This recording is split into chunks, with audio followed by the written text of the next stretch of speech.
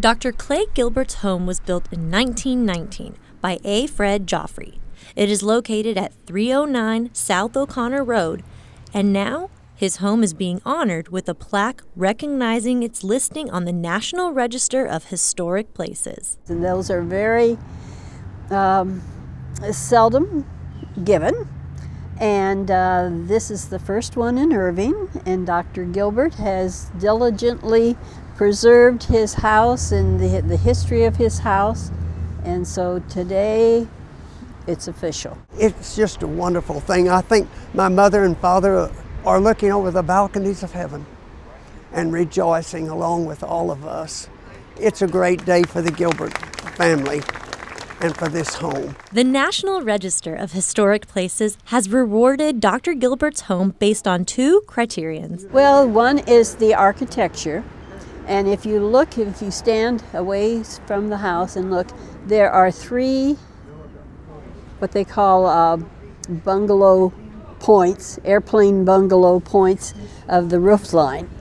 And then the other is based on Dr. Gilbert's father, who was a medical doctor, and he was mayor of Irving, and he was on the school board, and he was very, very involved in our community. Back in 1920, Dr. Gilbert's father, Dr. Franklin Monroe Gilbert, provided 24-hour medical care for the community. My mother and dad, they never turned anyone away from this home. See, there was no hospital in the area.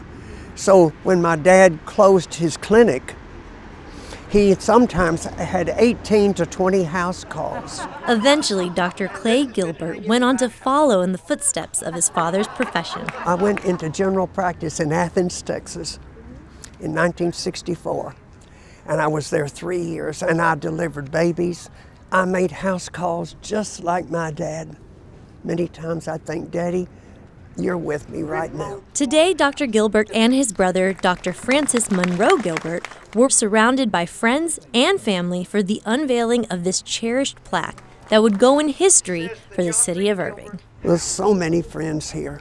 It was just wonderful to look out over the people and see everybody that I knew and were interested in coming and interested in history. But I'm really pleased and proud for Dr. Gilbert, because it has not been easy to do, and he did it on his own with the help of others, of course. But it's just very unique, and to be the first one in Irving. For About Town, this is Susan Kamyab reporting.